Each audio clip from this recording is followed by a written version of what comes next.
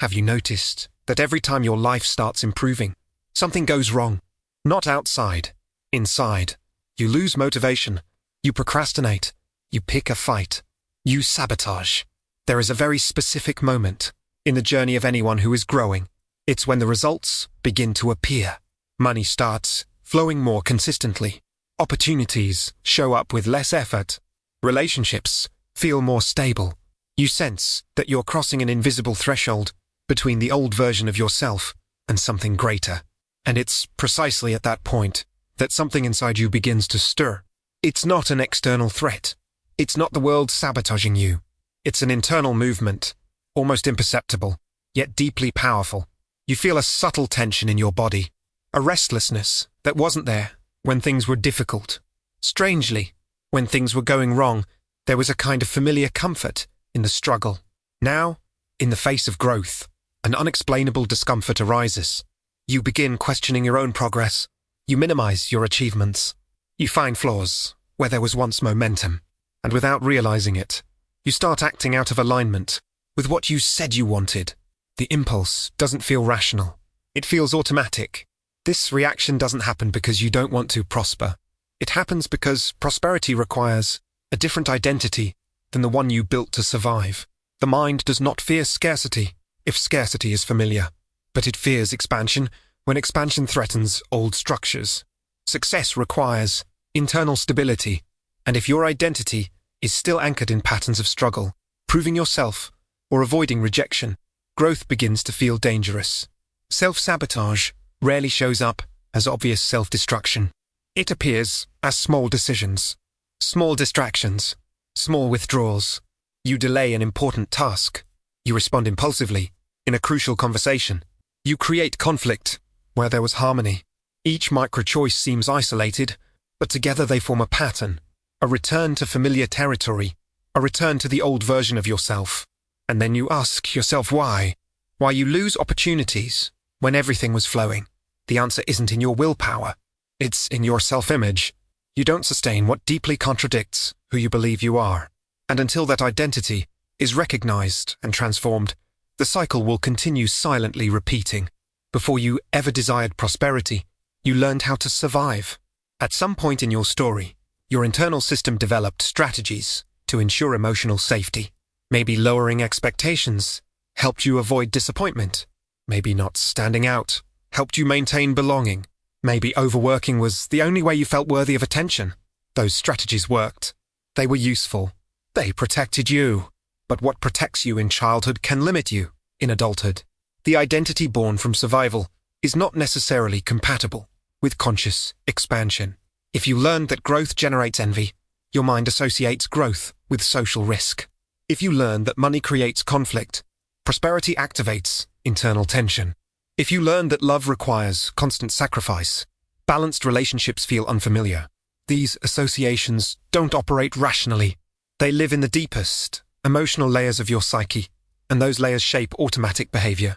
You may say you want financial stability, but if your identity is tied to the narrative of constant struggle, sustainable success creates internal incoherence. And the mind always seeks coherence, even if that means destroying what could bring happiness. That's why you can reach a new level, and soon after lose consistency. Not because you're incapable, but because the old identity does not recognize the new territory as safe. The subconscious prefers the familiar over the unknown, even if the familiar is limiting, because familiarity means predictability, and predictability means survival.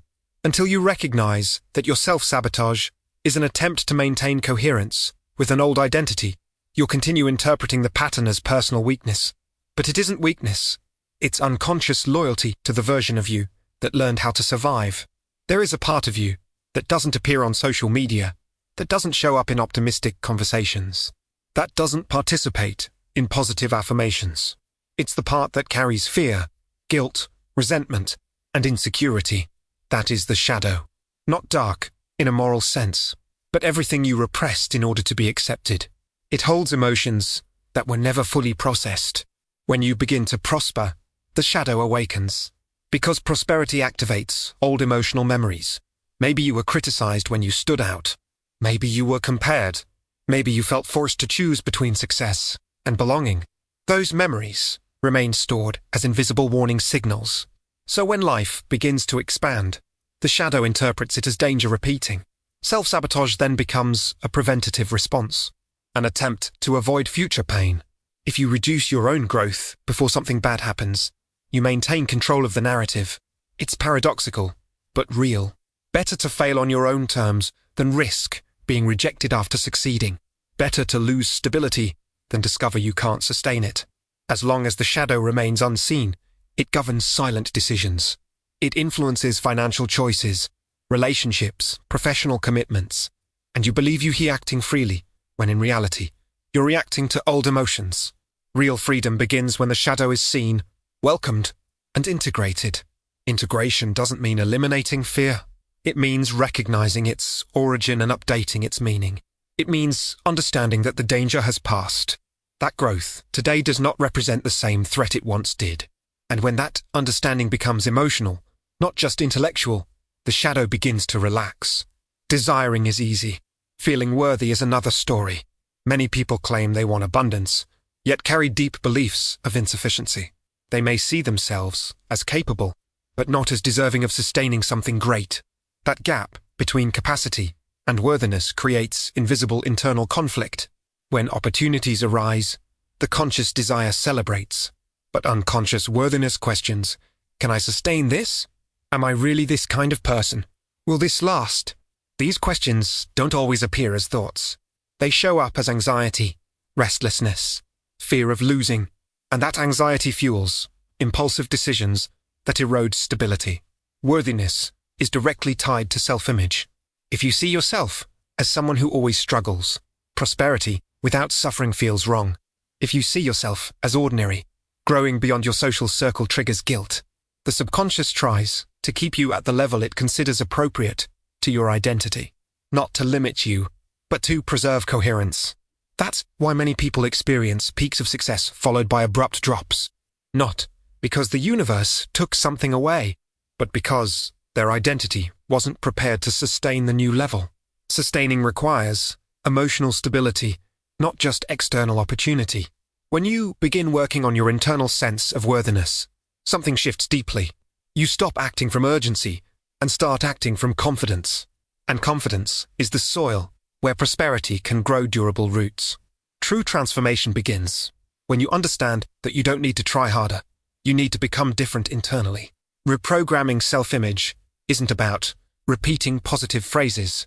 It's about questioning the narratives that define who you believe you are. It's about recognizing that many of those narratives were inherited, not consciously chosen.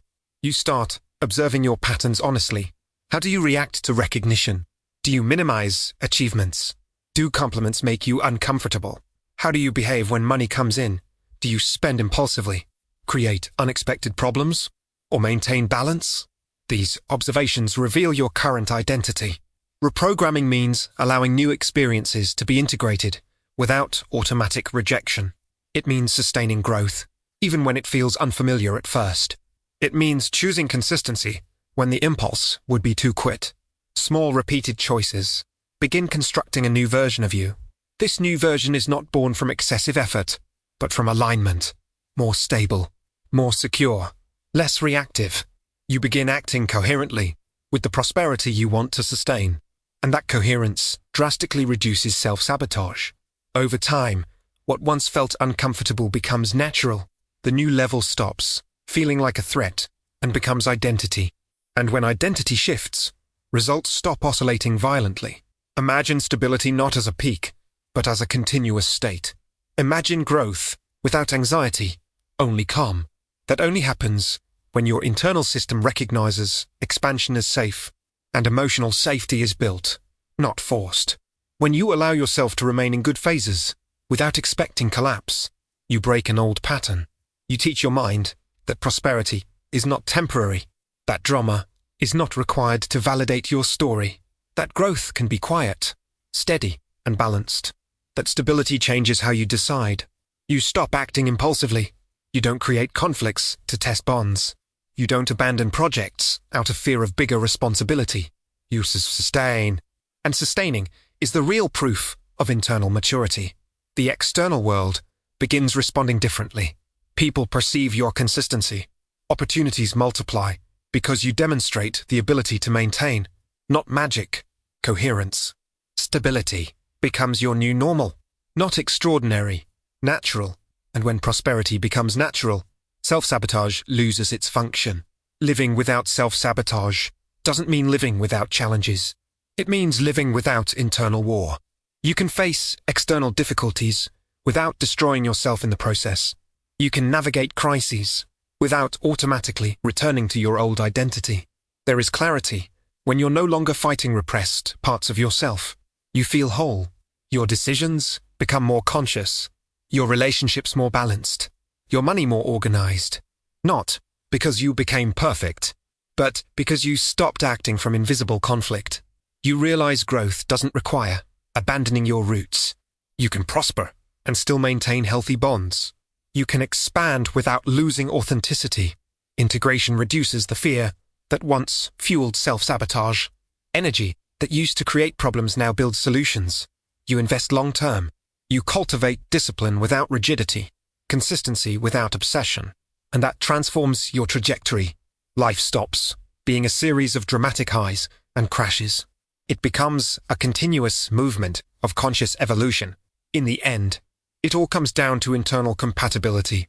You don't sustain what contradicts your identity. But when your identity expands, your reality follows. Prosperity stops being an isolated event and becomes a natural consequence.